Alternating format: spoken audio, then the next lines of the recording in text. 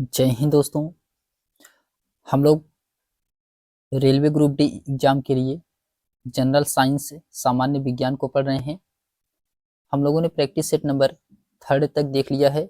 आज practice set number 4 को देखने वाले हैं, जो कि ये रेलवे एग्जाम के लिए बहुत ही महत्वपूर्ण प्रैक्टिस सेट है। तो अगर ये वीडियो आपको पसंद आए तो आप इस वीडियो को लाइक शेयर सब्सक्राइब दोस्तों अवश्य करिए। तो चलिए हम लोग देखते हैं। इसमें क्वेश्चन नंबर इसमें पहला दिया गया है कि उत्तल दर्पण द्वारा बना प्रतिबिंब होता है। तो उत्तल दर्पण द्वारा बना प्रतिबिंब कैसा होता है? ये होता है दोस्तों काल्पनिक और सीधा होता है। काल्पनिक होता है उत्तल दर्पण द्वारा बना प्रतिबिंब और सीधा होता है। ऑप्शन नंबर इसका सी वाला राइट आंसर होगा। काल्पनिक तथा सीधा होता है। फिर उसके बाद आता है क्वेश्चन नंबर सेकंड है कि गोलीय दर्पण की फोकस दूरी उसकी वक्रता त्रिज्या की क्या होती है? तो गोलीय दर्पण की फोकस दूरी उसकी वक्रता त्रिज्या की होती है दोस्तों आधी होती है। आधी होती है। ऑप्शन नंबर इसका ए वाला राइट आंसर होगा।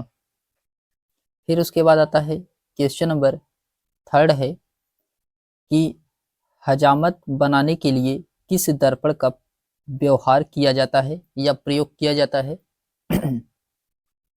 तो हजामत बनाने के लिए किस दर्पण का प्रयोग किया जाता है? ये किया जाता है दोस्तों अवतल दर्पण का। अवतल दर्पण का प्रयोग किया जाता है। ऑप्शन नंबर इसका बी वाला राइट आंसर होगा। फिर उसके बाद आता है क्वेश्चन नंबर 4 है कि द्रव का आपेक्षिक घनत्व मापा जाता है। तो द्रव का आपेक्षिक घनत्व मापा जाता है। ये मापा जाता है हाइड्रोमीटर से। हाइड्रोमीटर से मापा जाता है। ऑप्शन नंबर इसका बी वाला राइट आंसर होगा। फिर उसके बाद आता है क्वेश्चन नंबर 5 है कि दूध की शुद्धता किस यंत्र से मापी जाती है? दूध की शुद्धता ये किस यंत्र से मापी जाती है? ये मापा जाता है लैक्टोमीटर से। लैक्टोमीटर से दूध की शुद्धता मापी जाती है। ऑप्शन नंबर इसका पहला वाला राइट आंसर होगा। फिर उसके बाद आता है क्वेश्चन नंबर 6 है। क्वेश्चन नंबर 6 में कहा जा रहा है कि मोटर गाड़ी के चालक के सामने लगा रहता है। मोटर गाड़ी के चालक के सामने लगा रहता है। ये उत्तल दर्पण होता है। उत्तर दर्पण होता है। ऑप्शन नंबर इसका ए वाला राइट आंसर होगा। फिर उसके बाद आता है क्वेश्चन नंबर 7 है कि फोटोग्राफिक कैमरे की अभिदृश्यक होता है। फोटोग्राफिक कैमरे की अभिदृश्यक होता है। ये कैसा होता है? ये उत्तल लेंस होता है। उत्तल लेंस होता है। ऑप्शन नंबर इसका बी वाला राइट आंसर होगा। फिर उसके बाद आता है क्वेश्चन नंबर 8 है कि पानी में हवा का बुलबुला किस तरह कार्य करता है? तो पानी में हवा का बुलबुला ये किस तरह कार्य करता है? ये अवतल लेंस की भांति कार्य करता है। अवतल लेंस की भांति कार्य करता है। ऑप्शन नंबर इसका डी वाला राइट आंसर होगा। फिर उसके बाद आता है क्वेश्चन नंबर 9 है कि वायुमंडल की आर्द्रता मापी जाती है। वायुमंडल की आर्द्रता मापी जाती है हाइग्रोमीटर से। हाइग्रोमीटर से वायुमंडल की आर्द्रता मापी जाती है। ऑप्शन नंबर इसका ए वाला राइट आंसर होगा। फिर उसके बाद आता है क्वेश्चन नंबर 10 है कि भूकंपीय मापी यंत्र है। तो भूकंप मापी यंत्र कौन सा है? तो भूकंप मापी यंत्र सिस्मोग्राफ कहलाता है। सिस्मोग्राफ कहलाता है। ऑप्शन नंबर इसका पहला वाला राइट आंसर होगा। फिर उसके बाद क्वेश्चन नंबर 11 है कि ध्वनि की तीव्रता मापी जाती है। ध्वनि की तीव्रता मापी जाती है। तो ये डेसिबल डेसिबल में ध्वनि की तीव्रता मापी जाती है। ऑप्शन नंबर इसका पहला वाला राइट आंसर होगा। फिर क्वेश्चन नंबर 12 है कि मानव रेटिना पर बना प्रतिबिंब होता है। मानव रेटिना पर बना प्रतिबिंब कैसा होता है? ये होता है वास्तविक एवं उल्टा। वास्तविक एवं उल्टा होता है। ऑप्शन नंबर इसका बी वाला राइट आंसर होगा। फिर उसके बाद आता है क्वेश्चन नंबर 13 है कि जब कोई वस्तु को दो समानांतर समतल दर्पण के बीच रखी जाती है तो बने हुए प्रतिबिंब की संख्या होगी। तो बने हुए प्रतिबिंब की संख्या कैसी होगी? तो ये अनंत होगी। अनंत होगी। ऑप्शन नंबर इसका बी वाला राइट आंसर होगा। फिर उसके बाद आता है फिर क्वेश्चन नंबर 14 है क्वेश्चन नंबर 14 में कहा जा रहा है कि हृदय की गति को सुनने के लिए किस यंत्र का प्रयोग किया जाता है। हृदय की गति को सुनने के लिए किस यंत्र का प्रयोग किया जाता है। ये किया जाता है दोस्तों स्टेथोस्कोप के द्वारा। स्टेथोस्कोप के द्वारा। ऑप्शन नंबर इसका सी वाला राइट आंसर होगा। फिर उसके बाद आता है क्वेश्चन नंबर 15 है कि वायुमंडलीय दाब की माप जाती है। तो वायुमंडलीय दाब की माप की जाती है तो किसके द्वारा वायुमंडलीय दाब की माप की जाती है। तो ये बैरोमीटर के द्वारा। बैरोमीटर के द्वारा। ऑप्शन नंबर इसका डी वाला राइट आंसर होगा। फिर उसके बाद आता है क्वेश्चन नंबर 16 है कि सरल सूक्ष्मदर्शी में वस्तु को रखा जाता है। सरल सूक्ष्मदर्शी वस्तु को रखा जाता है तो ये रखा जाता है दोस्तों लेंस और प्रकाश केंद्र के बीच। लेंस और प्रकाश केंद्र के बीच। ऑप्शन नंबर इसका पहला वाला राइट आंसर होगा। फिर उसके बाद आता है क्वेश्चन नंबर 17 है कि वनस्पति तेलों से कृत्रिम घी बनाने में किस उत्प्रेरक का प्रयोग किया जाता है। तो वनस्पति तेलों से कृत्रिम घी बनाने में किस उत्प्रेरक से प्रयोग किया जाता है। ये किया जाता है निकिल का। निकिल का किया जाता है। ऑप्शन नंबर इसका सी वाला राइट आंसर होगा।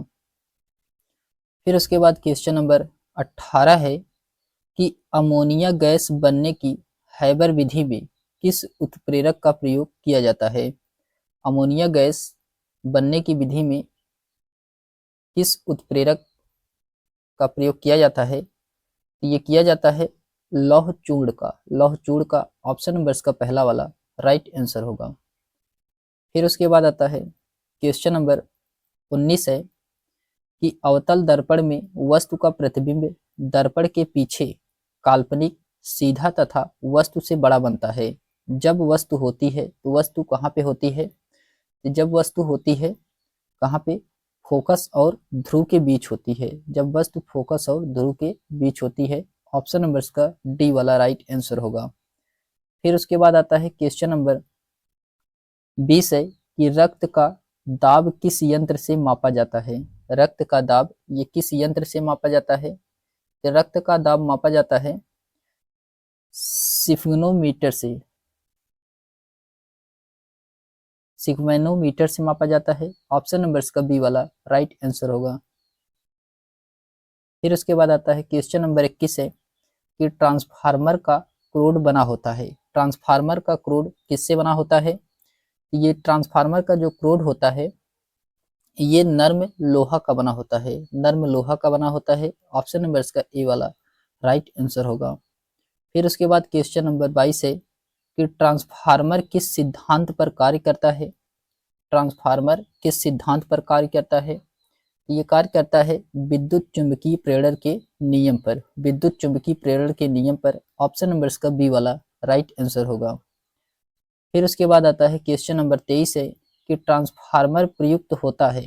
ट्रांसफार्मर प्रयुक्त होता है ये प्रयोग किया जाता है ट्रांसफार्मर एसी बोल्ट में उपाचयन और अपचयन करने के लिए। एसी बोल्ट में उपाचयन या अपचयन करने के लिए। ऑप्शन नंबर इसका डी वाला राइट आंसर होगा।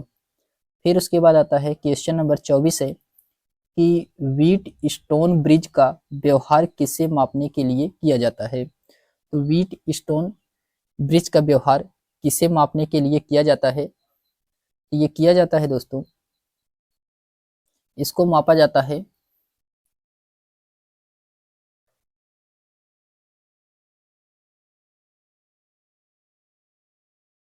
इसको मापा जाता है प्रतिरोध से। प्रतिरोध से मापा जाता है। ऑप्शन नंबर इसका सी वाला राइट आंसर होगा। फिर उसके बाद आता है क्वेश्चन नंबर 25 है कि पानी के अंदर ध्वनि सुनने का यंत्र कहलाता है। पानी के अंदर ध्वनि सुनने का यंत्र कहलाता है तो ये कहलाता है हाइड्रोफोन। हाइड्रोफोन कहलाता है। ऑप्शन नंबर इसका डी वाला राइट आंसर होगा। फिर उसके बाद आता है क्वेश्चन नंबर 26 है कि लाउड स्पीकर में ऊर्जा परिवर्तन होता है। लाउड स्पीकर में ऊर्जा परिवर्तन होता है ये होता है विद्युत से यांत्रिक एवं यांत्रिक से ध्वनि ऊर्जा में। ऑप्शन नंबर इसका बी वाला राइट आंसर होगा। फिर उसके बाद आता है क्वेश्चन नंबर 27 है क्वेश्चन नंबर 27 में कहा जा रहा है कि निम्नलिखित में से किस यंत्र में यांत्रिक ऊर्जा वैद्युत ऊर्जा में परिवर्तित होती है। तो किस यंत्र में यांत्रिक ऊर्जा वैद्युत ऊर्जा में परिवर्तित होती है। ये होता है डायनमो में। डायनमो में ऑप्शन नंबर इसका डी वाला राइट आंसर होगा। फिर उसके बाद आता है क्वेश्चन नंबर 28 है कि निम्नलिखित में से कौन सी युक्त विद्युत ऊर्जा को यांत्रिक ऊर्जा में परिवर्तित करता है। निम्नलिखित में से कौन सी युक्ति विद्युत ऊर्जा को यांत्रिक ऊर्जा में परिवर्तित करता है। क्वेश्चन नंबर 28 किसमें राइट आंसर होगा, विद्युत मोटर। विद्युत मोटर ऑप्शन नंबर इसका सी वाला राइट आंसर होगा। फिर उसके बाद आता है क्वेश्चन नंबर 29 है। क्वेश्चन नंबर 29 में कहा जा रहा है कि रासायनिक ऊर्जा का विद्युत ऊर्जा में परिवर्तन होता है। तो रासायनिक ऊर्जा का विद्युत ऊर्जा में परिवर्तन होता है, तो ये बैटरी में होता है। ऑप्शन नंबर इसका सी वाला राइट आंसर होगा। फिर क्वेश्चन नंबर 30 है कि रेक्टिफायर का प्रयोग किया जाता है। तो रेक्टिफायर का प्रयोग किसके लिए किया जाता है। ये किया जाता है दोस्तों एसी को डीसी में बदलने के लिए। एसी को डीसी में बदलने के लिए ऑप्शन नंबर इसका डी वाला राइट आंसर होगा। फिर उसके बाद आता है क्वेश्चन नंबर 31 है कि ट्रांसफार्मर का प्रयोग किया जाता है। ट्रांसफार्मर का प्रयोग किया जाता है, ये किया जाता है ट्रांसफार्मर का प्रयोग केवल एसी में। ऑप्शन नंबर इसका पहला वाला राइट आंसर होगा। केवल एसी में ट्रांसफार्मर का प्रयोग किया जाता है। फिर उसके बाद आता है क्वेश्चन नंबर 32 है कि टेलीफोन लाइन में प्रवाहित ऊर्जा है। टेलीफोन लाइन में प्रवाहित ऊर्जा होती है, ये होता है दोस्तों विद्युत ऊर्जा। विद्युत ऊर्जा होती है। ऑप्शन नंबर इसका बी वाला राइट आंसर होगा। फिर उसके बाद क्वेश्चन नंबर 33 है कि शुष्क सेल में किस तरह की ऊर्जा निहित होती है। शुष्क सेल में किस तरह की ऊर्जा निहित होती है। ये ऊर्जा होती है इसमें रासायनिक ऊर्जा। रासायनिक ऊर्जा होती है। ऑप्शन नंबर इसका सी वाला राइट आंसर होगा।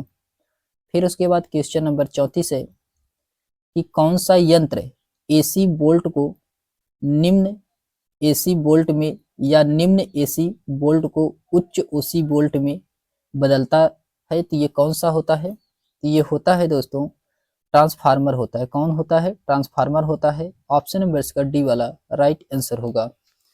तो हम लोगों ने प्रैक्टिस सेट नंबर 4 को देखा है। इसके आगे हम लोग प्रैक्टिस सेट नंबर 5 को नेक्स्ट वीडियो में देखेंगे। अगर ये वीडियो आपको पसंद आई हो तो इस चैनल को लाइक शेयर सब्सक्राइब अवश्य करिए दोस्तों। तब तक के लिए धन्यवाद।